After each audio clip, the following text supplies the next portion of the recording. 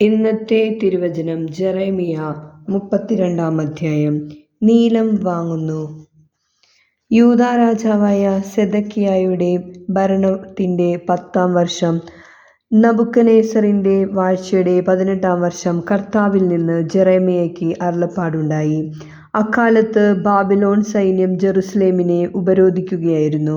അന്നു ജെറമ്യ പ്രവാചകൻ യൂദാ രാജാവിന്റെ കൊട്ടാരത്തോട് ബന്ധിച്ചുള്ള കാരാഗൃഹത്തിലായിരുന്നു.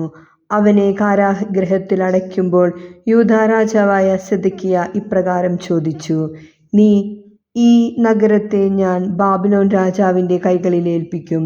അവൻ അത് കീഴടക്കുകയും ചെയ്യും. കൽദായരുടെ കയ്യിൽ നിന്ന് യൂദാ രാജാവായ സെദെക്കിയാ രക്ഷപ്പെടുകയില്ല. ബാബിലോൺ രാജാവിന്റെ കൈകളിൽ അകപ്പെടുക തന്നെ ചെയ്യും. അവനെ നേരിൽ കാണുകയും സംസാരിക്കുകയും ചെയ്യും. അവൻ സെദെക്കിയായെ ബാബിലോണിലേക്ക് കൊണ്ടുപോകും. ഞാൻ അവനെ സന്ദർശിക്കുന്നവരെ അവൻ അവിടെ ആയിരിക്കും.